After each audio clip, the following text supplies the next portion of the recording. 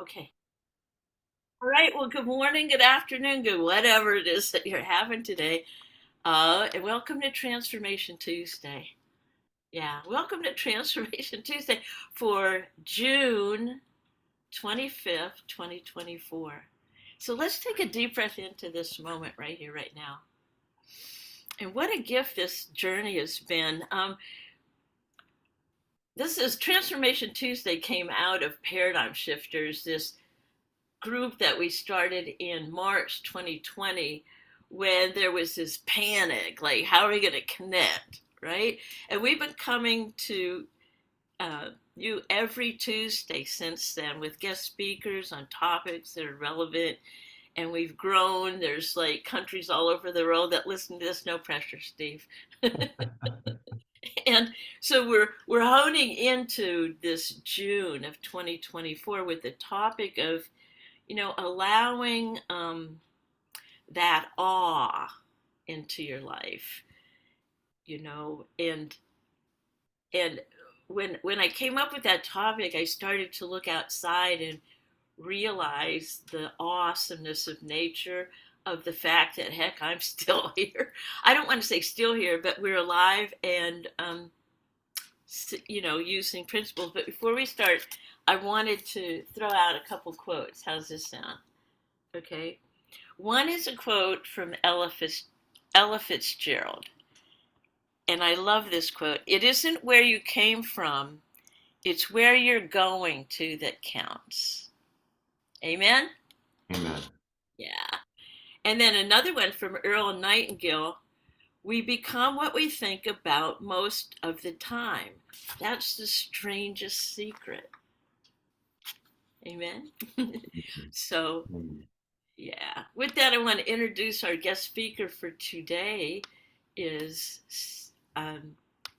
Steve Cassell. And I first met you up in Dallas. I say, Yes. and you were here, and you were here in support, I think, of Carrie. Yes.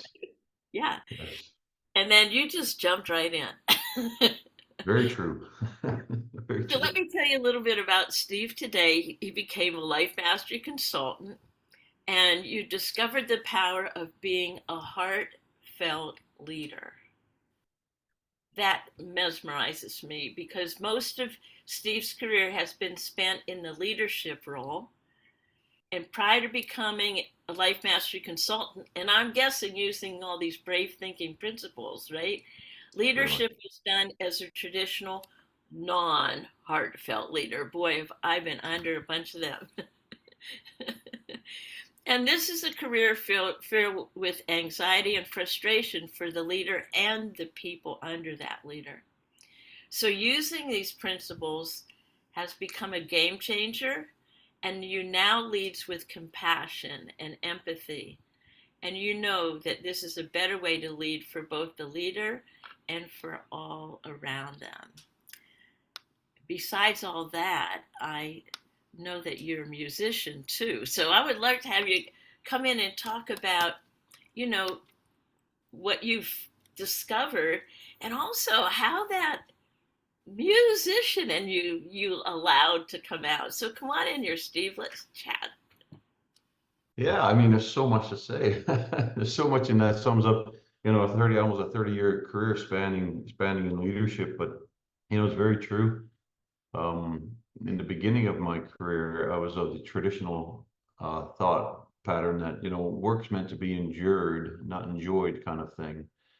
And, to be a proper leader and to be a proper manager, you had to have a high level of stress and, you had to be um, kind of hardened around the edges. And um, I'll tell you a quick story. My partner and I, we had a business that basically I like to say I grew up in. I started in my early 20s. I worked my way up through there and became one of the owners. And I've been taking leadership courses my whole life. After we sold the business, I realized, my partner retired, I realized that we had a problem. Because for the 2 years before the actual acquisition, my partner and I were very focused on the acquisition, and I had high stress and this and that and the other thing, and I was very focused on other things outside the people of the business. And I've since come to learn that the only thing that is important in a business is the people. That is the business. The people are the business. And I remember Carrie and I having a Carrie, my wife, obviously, the one that you said dragged me into this. We were having a conversation one day, and we were starting, and she was starting kind of down the path of like mastery, or at least brave thinking. And we were talking, and I had a problem because the morale in the branch was very poor, very poor. I had five managers underneath me, and they were all bickering, and none of them could get along, and they were holding resentment towards each other. And I said, well, I got to fix this because now it's a new company that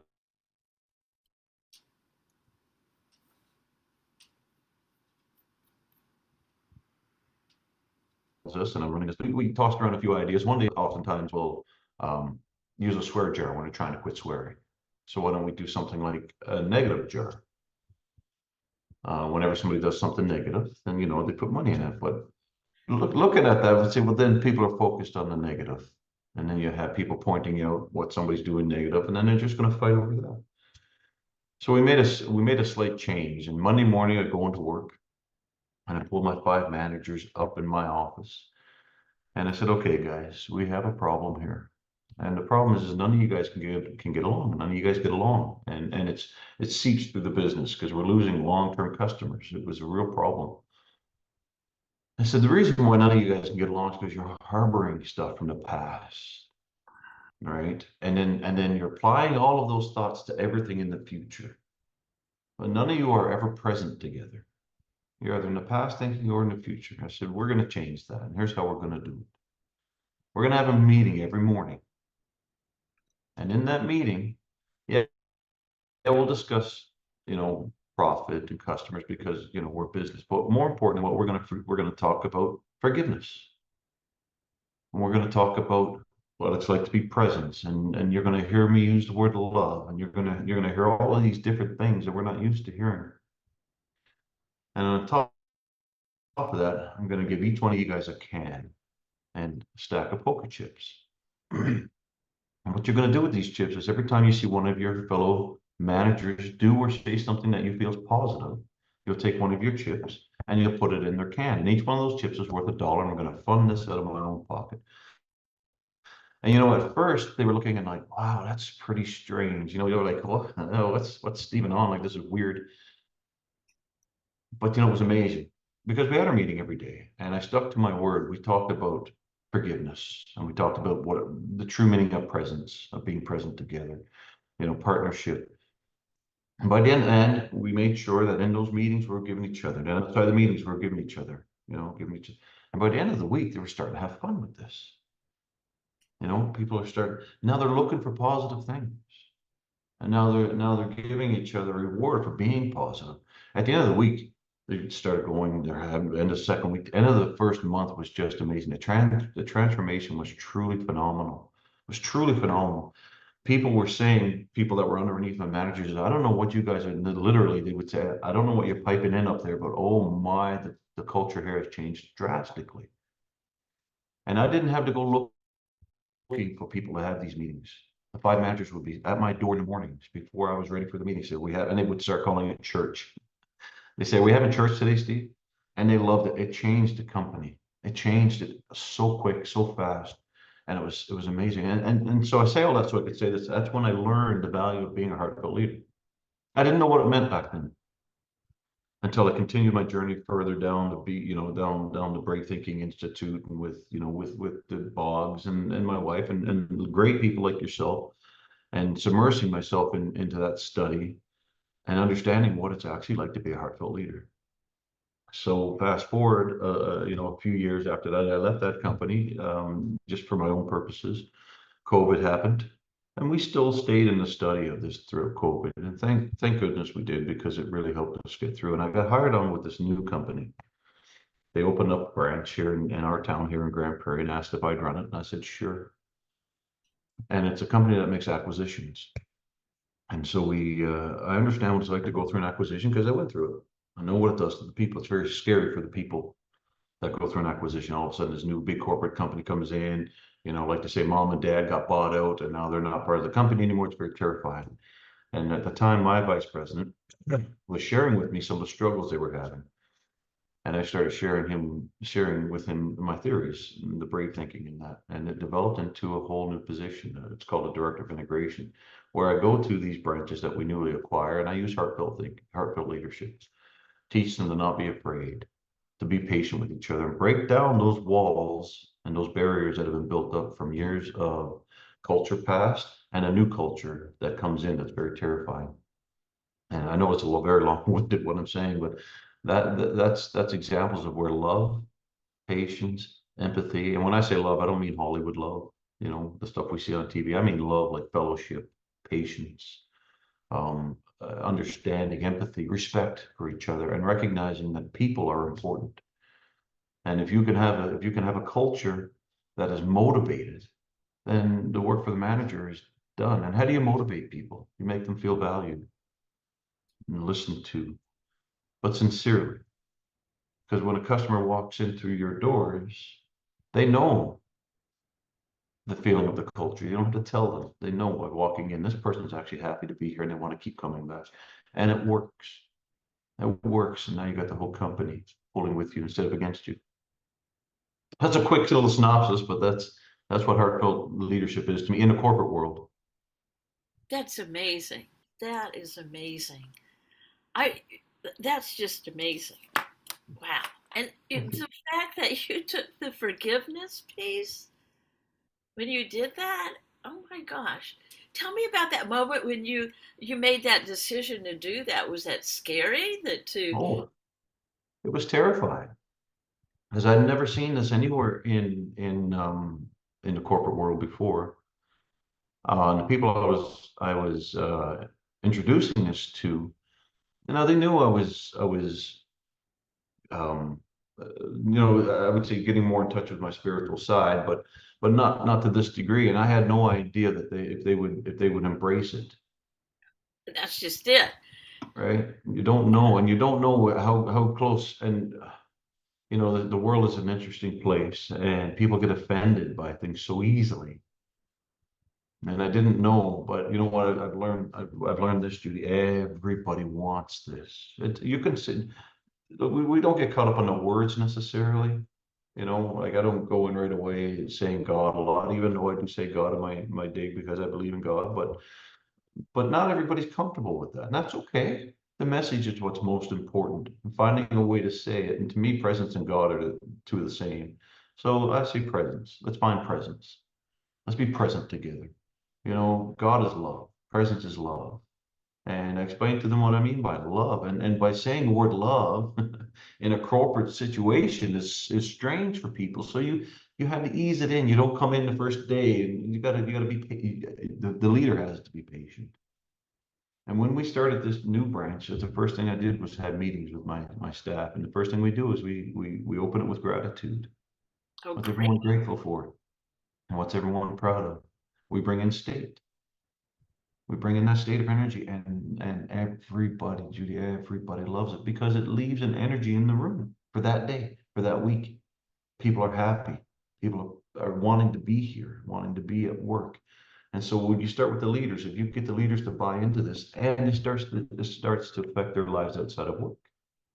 There's the other benefit is, we come to work, we spend most of our time at work, right? And we go home, and I was very much this way. We go home frustrated and tired. And there's still days, you have to use the tools because we don't get away with the life. It still comes at you, right? This doesn't get rid of the tools or the situations yourself. You deal with the situations.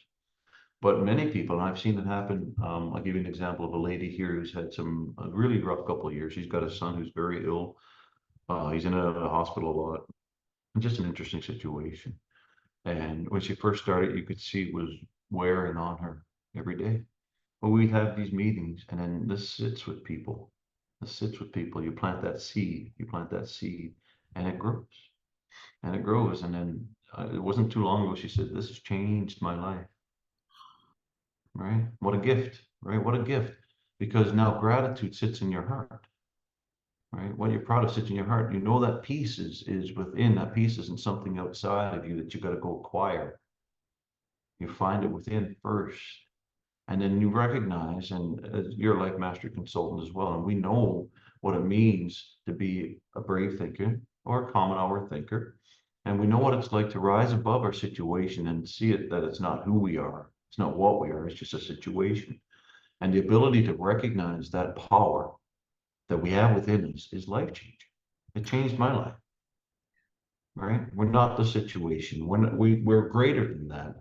Therefore, we can choose how we want to act within the situation. And when you have people around you thinking like that, and your business thrives, doesn't it? Because people don't even know exactly, exactly. What a what a beautiful story. I don't think we've ever had anyone in here talking from that corporate level. We've had the moms in here and the educators. Wow, what an idea. And you know what my paradigm's saying? I'm just gonna say it's like, oh well, you're up in Canada, right? Oh, work in Canada. That's my perception of the Canadians. Oh yeah, of course. Wow, I wonder if that would work here in my country down here. And then I'm like, well, there's my paradigm Wow. about But about it's funny you say that because every we deal with many people from, as you say, many different countries. And I've come to, we're all the same. Geography is what it is, but we're human beings first, celestial beings having human experience, however we want to put it. But we're people and people who have lives and lives come at us. Uh, I've used these tools a lot with the executive team as well, our vice presidents, our past owners, because they often think that stress is not something that they deal with. It's for other people because they're a leader. Until I asked them a few questions, really, because I was of that. I was like, no, I'm a type A personality. I've got this all figured out. I'm really good in life. I'm very successful. I've done well in life. I'm not stressed. I'm doing good. Really, let me ask you a couple questions. You ever get up in the morning, standing in the shower, thinking about things, feeling that knot in your stomach on your way to work? You feel that knot in your stomach. Yeah, when you get to work, you're kind of already in a bad mood and you're feeling the pressures. You leave work, you go home, you kind of bring home. Did that ever happen? Yeah, then you're feeling it. Here's how to deal with that. Here's some ideas and ways, and it's just brave thinking and simple tools. How do you find presence in that moment? Because presence is in my opinion, I think it's the truth. Finding true presence, the gap in between thoughts. The gap in between thoughts is where peace resides. There's no anxiety in there. There's love. Again, not Hollywood love, but love, right? Love, peace, harmony, humility. All that resides in between thoughts. yeah. How do we find that? Because that's very difficult. We're human beings. We're designed to think. That's what we do. We think. That's all we do. Well, some quick little tools you remind people of. Name three things you can smell. What I really like about what you said is the creativity that you came up with that jar. You know that you just first it's like, okay, the negativity jar. I'm like, well, wait a minute. Then we're going to be looking for the negative. Yeah. That's really a key, you guys out there. Pen to paper. Having been in the public school system, like where I've been, like, wait a minute, that's a key there. And then I love it that when you said this, when they caught the manager doing something positive, so you're taking ownership from, you know, I don't want to say we're all important. I love what you said too. It reminded me with Bob Proctor um, event I went to, and he said, we've got this hotel. It wouldn't be anything without the servers, the desk people. It is the people. It is the people.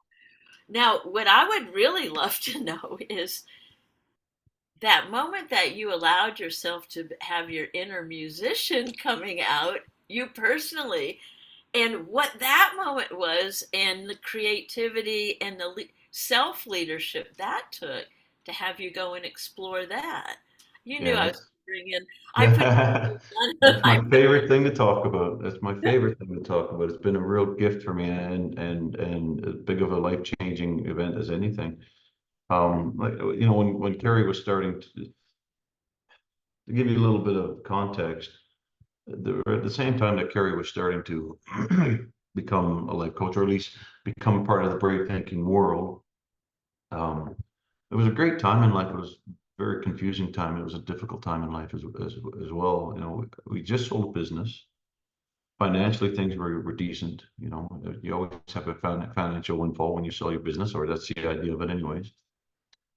But everything else in my life was in the toilet. My health was, you know, I was drinking a lot. I was eating a lot, trying to deal with the stress, perceived stresses, right? Obviously. You know, my relationships weren't great. Carrie and I were struggling. My son had a drug addiction that was very difficult to deal with at the time. Thankfully, things have gotten better when I got between us. And I've said this so many times, but I'll say it again. I had a job where I'd go to work in the mornings, even though it was changing, we were getting motivated. I often was very unmotivated. I'd go to work, check your soul at the door, and pick it up on the way home. And I wasn't doing anything different. I wasn't growing. I was 40 in my early 40s, I don't know, 42 or 44, something like that, anyways. And I had peaked in my life as far as I was concerned. You know, I worked all these years, sold business, you know, I was running this business. I was peaked. I didn't have dreams. I did have dreams. We all had dreams, but it was dreams that seemed impossible to me. How do I go from being, I loved singing my whole life. And I had been in some musicals, but I've always wanted to be in a band. I've always wanted to be a singer who wrote songs, but I couldn't get that. I couldn't figure it out. I couldn't, you know, reconcile in my brain. How do I go from this full-time leader? You know, my brain is constantly occupied with work and, you know, the stress and how important I was, ego was there too. Until Carrie said, and again, she was starting a life coach and she says, well, what if we did something simple? You know, I wasn't really into it at that point. Like I wasn't into the break thinking world. It seemed it was helping her for sure. And her and I always hung out and it made sense. And I enjoyed talking about it because, you know, the truth when you hear it and a lot of it made sense. She said, well, why don't you just, she was traveling back then, everything was live for the most part. So she would fly from Canada down to the States. It would take, you know, a week at a time. She said, well, I'm gone. Why don't you just set up in our garage and act as if you're in a band, right? Garage. And I thought it was silly. Yeah, yeah. And I guess I'm like, okay, sure, why not? Got nothing better to do. So I did. I did. I started playing. I'd stand up instead of sitting down like you're in a band. And I was just learning how to play guitar, still learning how to play guitar. It's a difficult instrument. But anyways, I started doing it. I was playing songs that I love to play. And, you know, we love to say that when you start walking towards your dream, it starts walking towards you, right? And I didn't think too much about it until we were out one day, about 2 weeks after this. One day we were in town and met a fellow friend who was a musician in town who was starting up a band. And Carrie said, well, Steve wants to be in a band. And all the paradigms come rushing in. And I'm like, shh, woman, quiet. You know, don't tell anybody this. I'm just standing in the garage playing right now. I'm nowhere near ready. And he said, him and I had been in plays before, so he knew I liked to sing. And he says, I know somebody who would be great for you, Stephen. It's just starting a band looking for a singer. And again, paradigms wanted to come in, and I wanted to say no. But we'd started working through some of these tools. So, you know, do it afraid, right? Do it afraid. And I said, okay, well, you know, give him my name. And I hoped he'd never call. Well, the guy did. He called me that night. He called me that evening. He says, hey, you want to come in for an audition tomorrow morning? And I said, okay, I was terrified. I wanted to say no. I'd never done that before, especially to this manner. But I went, me and my guitar, and I auditioned for it, and I got it instantly, right there in the spot. They gave me the gig. And for the first time in my life, I was in a band. Wow. Yeah, and it took about 2 or 3 weeks. And what was amazing to me was how fast and how easy it came together. How fast and how easy it came together. Now it's been about 5 years, and it's been such a journey. It's took off with light speed. It really did. One thing led to another, which would led to another, which led to another, and you constantly say yes, afraid and scared. Always the first gig, right? Oh my, I was terrified. The first band, the first practice was terrifying. You know, the first so many things, and then you know, I mentioned I wanted to write music, and I never wrote a song in my life, nor did I believe I could write a song in my life. But I was going through some tough times still with my son. We're still going through that journey. And then one night I sat down and said, I'll give it a shot. And this song just poured out. And What's the name of the song, Steve? Can I write that down? Son, S-O-N. It's Okay. about my son and our journey. And we recorded it. And it's on YouTube. It's on Spotify. That was Oh such a my dream come God. true. Okay. Yeah, All right. We're going to pause there, everybody, right now. I have YouTube, a couple songs out there now. Yeah, we wrote another one. Spotify, Steve Cassell, right? Yeah, the Steve Cassell Band. It's called. It's under the Steve Cassell Band. Okay. That's there we. All right. Yeah, yeah, and it's been. Thank you so much. It's been such and it's the biggest part of my life, and I'm And still you're doing going to be things. I'm big still down doing here in the things here. States. Now I'm doing more solo stuff. So it just continues to go. Just wrote another song that's about to be released, actually. Oh, that's great. Well, let's take a deep breath in here, and I love this.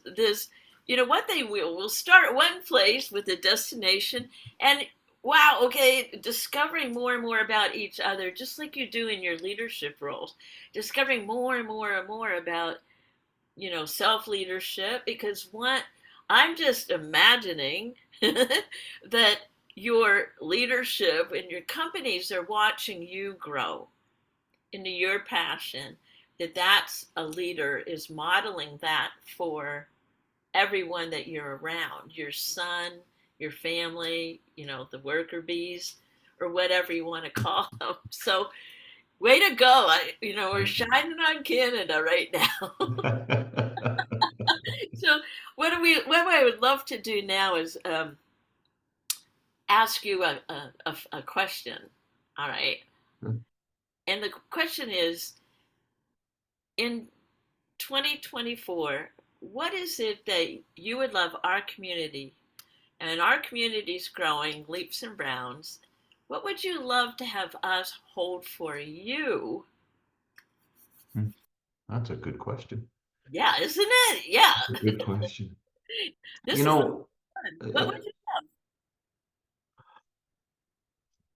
I want to say success, and that's such a broad subject. So, um, financial success for one, because we want to just be able to give more and travel more and just experience the world more, lean into the gifts that God gave us more, and not have those struggles that often many of us do that consume us. So however that looks, and I guess I guess continued success in music endeavors. I mean, if that's the way the money comes, that'd be great. And it's yeah, if people could just hold in their image. If they think of me as successful, wealthy musician that's happy and peaceful, full of peace. I think we forget to mention those ones. We focus on all the other things, but none of it's worth it if we don't have peace. right? And that trickles down into your son and your whole family as well. Well, so Absolutely. here we go. We're gonna get this energy going, and your job is to receive. Okay. Okay, I'm So ready. in our community, we get the energy going, and it's the law of receiving, right? Okay, here we go. You feel it? Absolutely. There we go. Thank you so much. This is Thank very you. powerful. Anyways, thank you for you being you, and man, to be continued here. So thanks so much for being here. Love it. My pleasure. Thank you. Thank you for having me. It's been a real pleasure. Amen. Okay, let me. Okay, hang on. Let me see where.